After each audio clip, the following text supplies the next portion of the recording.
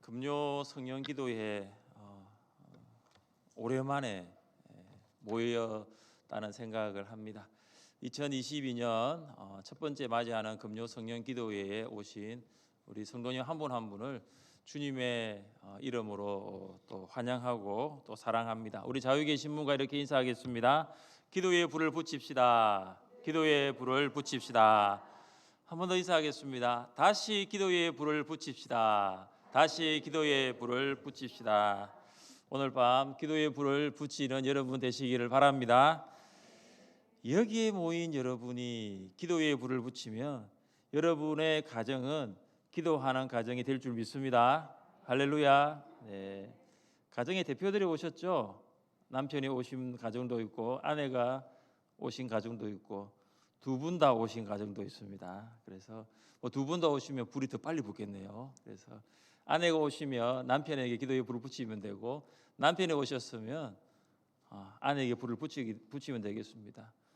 부모님 안 오고 자녀들만 온 가정이 있습니까? 우리 자녀들이 불을 붙여가지고 부모님이 기도의 부모님이 될 수 있기를 바랍니다. 여러분이 기도의 불을 붙이면 여러분의 목장은 기도하는 목장이 될 줄 믿습니다. 목자님들 오셨죠? 네, 목자님들 오늘 기도의 불을 받으시고 기도의 불을 붙이십시오. 목자님 바쁘셔서 목녀님이 대신 오셨습니까? 우리 목녀님 불을 붙이셔서 함께하지 못한 목자님 불을 붙여주시기 바라고 또 목원들에게 그 불이 번져 나갈 수 있기를 바랍니다. 하박국 선지자는 하나님께 대한 소문을 듣고 참 놀랐습니다. 이게 어떤 소문이냐 하면은 유다와 바벨론에 대한 심판이었습니다. 먼저 하나님이 이 바벨론을 통해서 유다를 심판하신다는 내용이고 또 그 다음은 그 후에 하나님께서 심판의 도구로 사용된 또 바벨론을 심판하신다는 것입니다. 그러니까 이제 유다와 바벨론이 심판을 받는 이 내용이 하나님에 대한 소문이었습니다. 이게 하나님의 이 심판에 대한 소문을 들은 이 하박국이 무엇을 하였습니까? 하박국이 기도를 하였습니다. 하박국이 어떤 기도를 하였습니까? 우리 2절 말씀을 함께 읽겠습니다. 여호와여 내가 주께 대한 소문을 듣고 놀랐나이다. 여호와여 주는 주의 일을 이 수년 내에 부응하게 하옵소서. 이 수년 내에 나타내시옵소서. 진노 중에라도 긍휼을 잊지 마옵소서. 아멘. 우리는 2절을 참 좋아합니다. 어느 부분을 좋아하냐 하면은 앞에 뒤에는 좀 다 떼고 그 중간에 있는 이 수년 내에 부응하게 하옵소서. 참 이거 좋아합니다. 그래서 이 수년 내에 부응하게 하옵소서. 이 수년 내에 부응하게 하옵소서. 교회가 한 해 표를 정할 때 이 수년 내에 부응하게 하옵소서. 이 2절에 있는 이 한 부분을 떼어서 교회 표로 삼곤 합니다. 부흥을 사모하는 성도들이 기도했을 것입니다. 이 수년 내에 부흥하게 하옵소서. 하나님, 올해는 우리 교회 성도의 수가 배가 되게 하옵소서. 부흥하게 하옵소서. 그런 기도를 많이 했습니다. 부흥의 주제이기도 합니다. 우리가 부흥회를 할 때 이 수년 내에 부흥하게 하옵소서. 참 좋죠. 부흥회의 주제가 이 수년 내에 부흥하게 하옵소서. 이 주제를 보면서도 성도들이 기도했을 것입니다. 하나님, 올해 우리 남편이 꼭 승진하게 해주십시오. 하나님, 올해 우리 아들이 꼭 대기업에 취업하게 해주십시오. 하나님, 올해 우리 사위가 정규직이 되면 참 좋겠습니다. 우리 딸이 올해는 꼭 돈 많은 형제를 만나 결혼 좀 하면 좋겠습니다. 형제를 이야기할 때 항상 앞에 단서가 붙거든요. 돈이 많은 형제, 직장이 안정된 형제, 그냥 형제면 되는데 예수님 잘 믿으면 되는데 꼭 돈이 많은 직장이 좋은 형제, 이렇게 기도를 하는 예비 장모님들이 계시죠. 우리는 성도의 수가 배가 되고 남편과 아이들이 잘 되는 것을 부흥하였다. 참 부흥이라고 생각할 수 있습니다.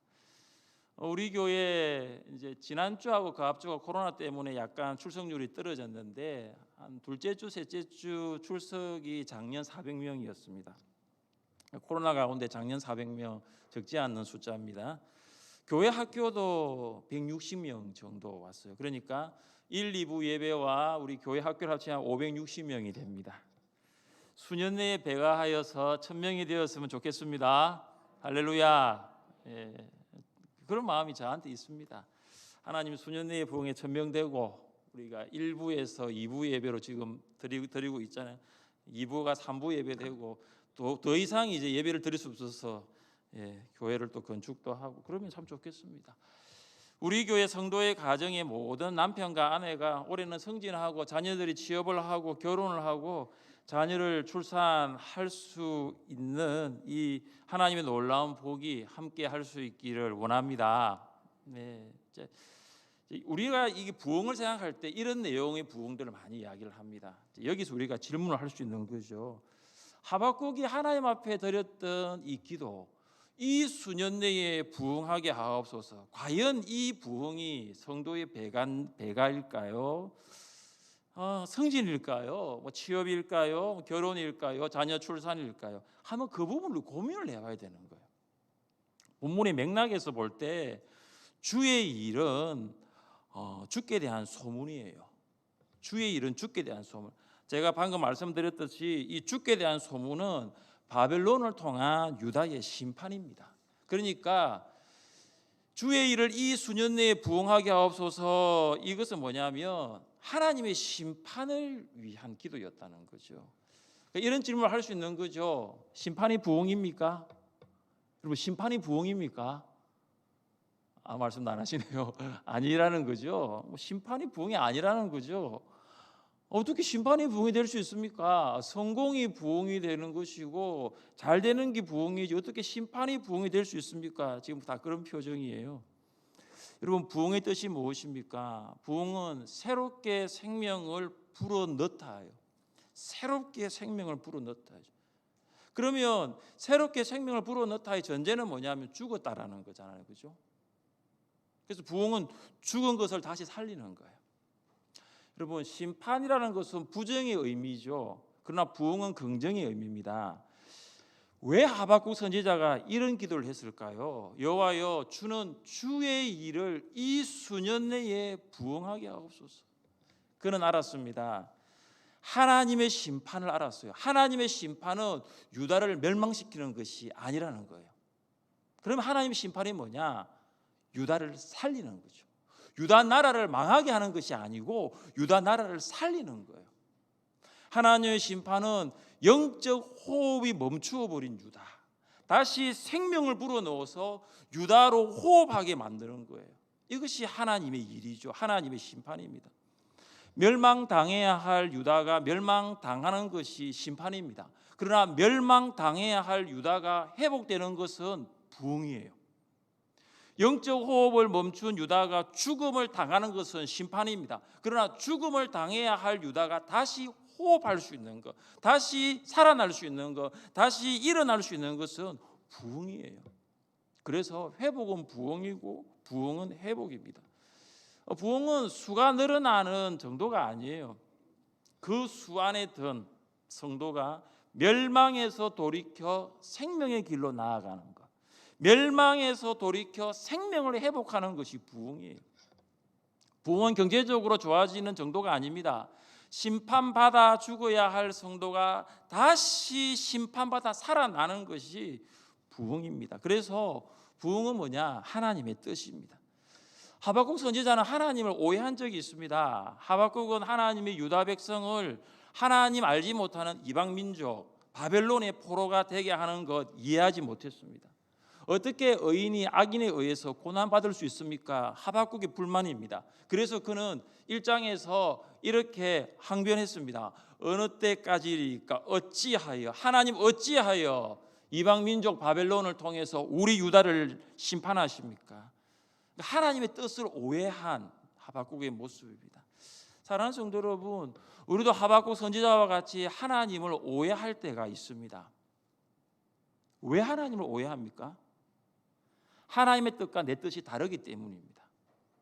하나님께서 생각하시는 부흥하고 내가 생각하는 부흥이 다르기 때문에, 내가 생각하는 부흥은 뭐냐면 내 뜻대로 잘 되는 것이죠. 모든 것 잘 되는 것입니다. 내가 원하는 대로 성공하는 것입니다. 빨리 승진하고 좋은 자리에 올라가고, 그것이 내 뜻이거든요. 그러나 여러분, 그것이 하나님의 뜻이 아닐 때가 있습니다. 하나님의 뜻은 바벨론을 통한 유다의 심판이었습니다. 하박국이 이것을 하나님의 뜻인데 받아들일 수가 없었죠. 어떻게 해서 바벨론을 통하여 유다를 심판한단 말입니까? 그런데 여러분 아십니까? 유다를 심판하지 아니하면 유다는 더 이상 회복할 수 없는 상황이에요. 유다를 심판하지 아니하면 유다는 다시 살아날 수 없는 거예요. 드디어 하나님의 뜻이 하박국의 뜻이 됩니다. 하박국이 하나님의 뜻을 위해 기도를 합니다. 사랑하는 성도 여러분, 부흥은 뭐냐? 내 뜻이 이루어지는 것이 아니에요. 하나님의 뜻이 이루어지는 것입니다. 하나님의 뜻이 하늘에서 이루어진 것 같이 내 삶 속에 이루어지는 거예요. 하나님의 뜻이 하늘에서 이루어진 것 같이 우리 교회에서도 이루어지는 거죠. 이것이 바로 부흥이에요. 우리가 하박국과 같이 기도할 때에 하나님의 뜻이 여러분의 삶 속에서 우리 하늘샘 교회에 이루어질 줄 믿습니다. 그러면 우리 교회가 어떤 교회가 되느냐? 죽어가는 영혼이 살아나는 교회가 되는 거예요. 영혼의 호흡을 멈추어 버린 성도들이 다시 영혼의 호흡을 하기 시작하는 교회가 되는 것입니다. 멸망을 향해 달려가던 사람들이 우리 교회를 통하여 소망과 구원자이신 예수님을 향해 달려가는 것, 이것이 부흥이죠. 사람이 살아나고 영혼이 숨을 쉬고 영육이 회복되는 것, 이것이 부흥입니다. 뜻이 하늘에서 이루어진 것 같이 우리 교회에서도 이루어지게 될 줄 믿으시기를 바랍니다. 하박국이 깨달은 것은 하나님께서 유다의 멸망이 아니라 유다의 구원, 유다의 구원을 위하여 오신다라는 것입니다. 3절 말씀 우리 같이 한번 읽겠습니다. 3절입니다. 하나님이 대만에서부터 오시며 거룩한 자가 바란 산에서부터 오시는도다. 셀라. 그의 영광이 하늘을 덮고 그의 찬송이 세계에 가득하도다. 아멘. 하나님께서 어디서부터 오신다고 말씀하고 있습니까? 대만하고 바란산에서 오신다라고 했습니다. 여러분, 대만과 바란산은 어떤 곳입니까? 이스라엘 백성들이 광야 생활을 하였던 장소예요. 그러니까 광야라 보시면 됩니다. 여러분, 광야는 어떤 곳입니까? 하나님께서 40년 동안 광야에 살던 이스라엘 백성과 함께 하셨던 곳입니다. 하나님께서 불과 구름 기둥으로 이스라엘 백성들과 함께 하셨던 곳, 임재하셨던 곳이에요. 광야는 쓸쓸하고 외로운 땅이 아닙니다. 광야는 버려지고 소망이 없는 땅이 아니에요. 광야는 어떤 땅이냐? 하나님이 함께 하신 곳, 하나님이 임재하신 곳이에요. 하나님이 어디서부터 오십니까? 그 광야로부터 오십니다. 광야에서부터 오십니다. 하나님이 오실 때의 모습이 3절 말씀에 어떻게 묘사되어 있습니까? 그의 영광이 하늘을 덮고 그의 찬송이 세계에 가득하도다. 하나님이 광야에서 오시는데 그 모습이 영광이 하늘을 덮고 찬송이 세계에 가득하는 거죠. 영광과 찬송이 온 땅을 덮은 거예요. 오늘 금요 성령 기도회에 영광의 하나님이 우리 하늘샘 교회를 듣고 하나님의 찬송이 우리 하늘샘 교회에 가득하게 될 줄 믿으시기 바랍니다. 오늘 금요 성령 기도에 참석한 모든 성도들에게 영광의 하나님이 여러분 한 사람 한 사람을 듣고 하나님의 찬송이 여러분 안에 가득하게 될 줄 믿으시기를 바랍니다. 하나님의 영광을 경험하며 하나님의 그 찬송의 하나님의 임재를 경험하면 우리의 삶이 달라지는 거죠. 3절 중반절을 보시면 한 가지 우리가 성경을 읽을 때 종종 만나게 되는 표현이 나옵니다. 갈로, 셀라, 갈로 닫고 이렇게 나오죠. 3절뿐만 아니라 9절에도 나오고 13절에도 나오는 이 셀라라는 표현입니다. 여러분, 이 셀라라는 표현은 시편에 보시면 39개의 시편에 71번 나와요. 그리고 하박국은 3번 나옵니다. 그래서 성경 전체에 나오는 셀라가 74번입니다. 잘 기억하십시오. 성경 전체에 나오는 셀라가 몇 번이라고요? 나중에 성경 퀴즈 문제 나올 수 있습니다. 74번. 여러분, 예상 문제니까요. 왜냐하면 성경 통독 수련회를 우리가 이제 이번에는 아마 신약을 하고 나중에는 구약을 하겠죠. 제가 만약에 시편을 읽을 때 이 셀라를 제가 물어볼 거예요. 성경 퀴즈 문제로. 그러니까 여러분 하박국 공부할 때 지금 74번 나온다는 걸 기억해 주시면 좋겠습니다. 셀라의 의미가 참 우리가 기억을 해야 됩니다. 어떤 의미냐 하면은 셀라의 의미가 소리를 높여라, 소리를 높여라. 또 쉼의 의미가 있습니다. 그러니까 찬양을 하다가 소리를 높이는 거죠. 네. 오늘도 우리가 이제 금요 성령 기도회 찬양팀이 오늘 찬양으로 섬겨 주셨잖아요. 찬양 너무나 은혜로웠습니다. 우리 섬겨주 찬양팀에게 박수하겠습니다. 박수. 네. 네. 찬양하다가 소리가 좀 높아졌습니까? 네, 높아졌습니까? 저는 높아진 부분이 있더라고요. 김수호 목사님이 주의 보좌로 나아갈 때에 그 맞죠? 그 찬양. 그러니까 뭐냐 하면은 계속해서 하나님을 찬양하는데 이게 소리가 점점 높여지는 거예요. 그게 셀라라는 거예요. 그러니까 3절에 기록된 이 셀라의 의미를 만약에 소리를 높여라라고 우리가 본다면은 하박국은 이 3절을 그냥 우리가 하나님이 대만에서부터 오시며 거룩한 자가 바란산에서부터 오시는도다 이렇게 밋밋하게 하지 않았을 거라는 거죠. 하나님이 대만에서부터 오시며 거룩한 자가 바란산에서부터 오시는도다.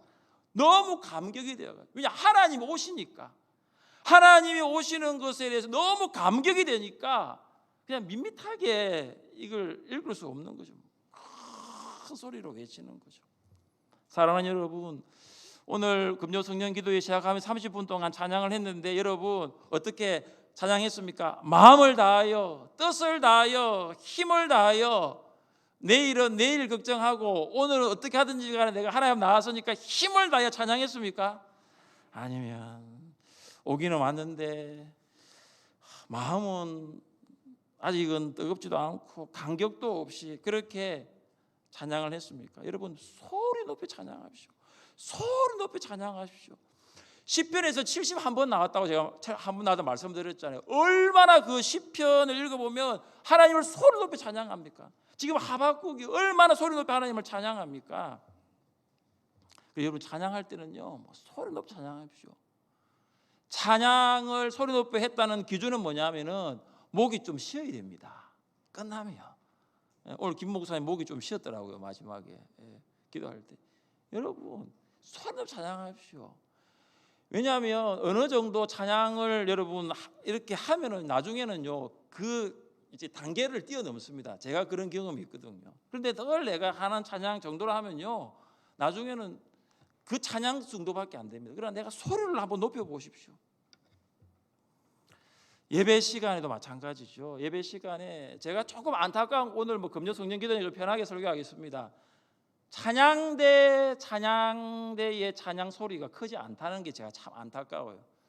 할렐루야 찬양대 서시는 분들 제 이야기를 잘 귀담아 들으세요. 찬양대의 찬양 소리가 커야 돼요. 찬양대가 찬양을 이끌어 가야 되는 거예요.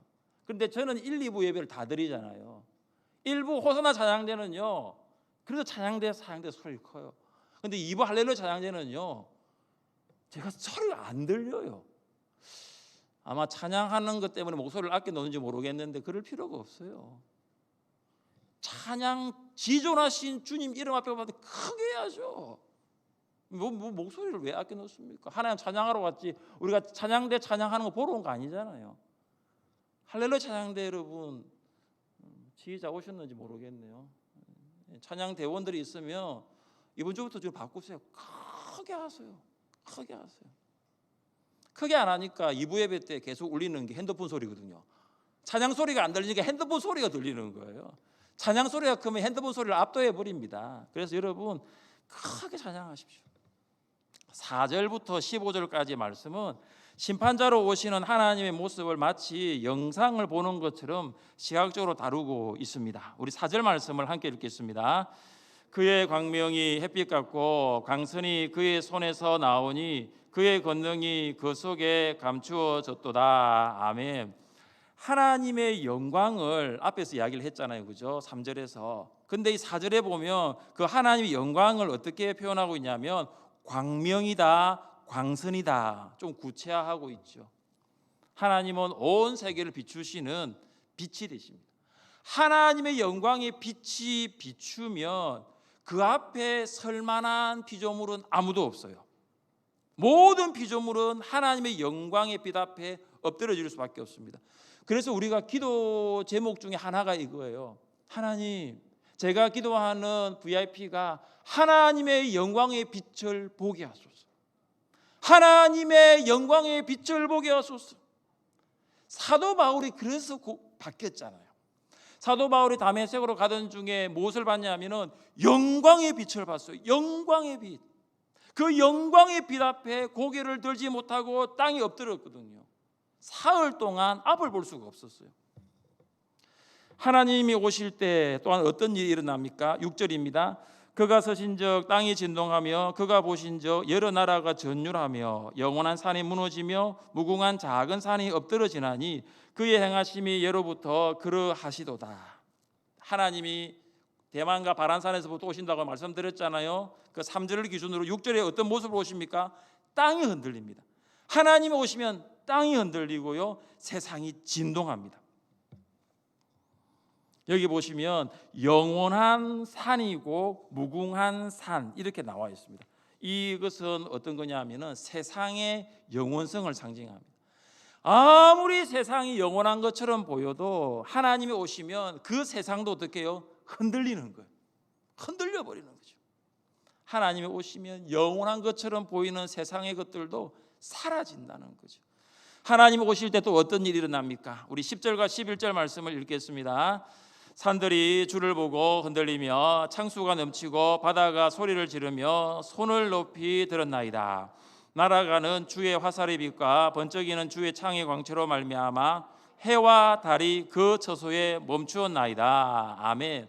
하나님이 오시는데 어떤 모습입니까? 산들이 흔들리고 바다가 큰 파도 소리를 내면서 하나님의 영광을 선포합니다. 하나님의 번쩍이는 광채 앞에 오늘 이 10절과 11절 말씀을 보시면 마지막에 해와 달이 멈추어 버립니다. 해와 달이 멈추어 버립니다. 성경을 보시면 해와 달이 멈춘 사건이 있죠. 언제입니까? 여호수아서를 좀 읽어보면 나와요. 여호수아 10장 12절 말씀이죠. 여호수아가 아모리 사람들과 전쟁을 할 때에 이렇게 기도합니다. 태양아, 태양아, 너는 기본 위에 머무러라. 달아, 너도 아얄론 골짜기에서 그리할지어다. 여러분, 어떻게 태양을 향해 멈추라 하고 달을 향해서 멈추라고 합니까? 하나님이 여호수아의 기도를 들으십니다. 하나님이 여호수아의 기도를 들으세요. 하나님의 능력이 자연계를 지배하고 있는 거예요. 하나님께서 자연계 전체를 움직이시는 것을 볼 수 있는 거죠. 왜 그렇게 하시는가? 이게 중요합니다. 지금 해와 달이 있는데 왜 해와 달을 하나님께서 멈추시는가? 그게 중요합니다. 여러분, 왜 하나님이 그런 일을 하십니까? 13절 말씀 함께 읽겠습니다. 주께서 주의 백성을 구원하시려고 기름 부음 받은 자를 구원하시려고 나오사 악인의 집에 머리를 치시며 그 기초를 바닥까지 드러내셨나이다. 셀라. 여기 반복되는 표현이 뭡니까? 구원하시려고. 구원하시려고. 주의 백성을 구원하시려고, 기름 부은 자를 구원하시려고. 왜 하나님께서 해와 달을 멈추게 하십니까? 백성을 구원하기 위해서. 하나님께서 나라를 대적하는 원수를 진멸하시고 자기 백성을 구원하는 일이라면은 해와 달을 멈추게 하실 수 있는 분이에요. 모든 것을 다 동원해서도 우리를 구원할 수 있는 분이 하나님이시라는 거죠.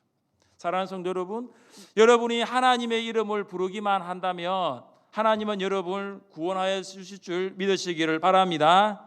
여러분이 하나님께 기도하기만 한다면 하나님은 여러분을 구원하십니다. 오늘 이 밤 부흥을 사모하십시오.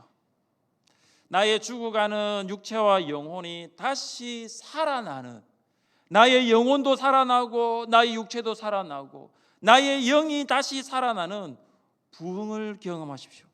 뜻이 하늘에서 이루어진 것 같이 나의 삶 속에서도 하나님의 뜻이 이루어지게 해달라는 기도를 시작하십시오.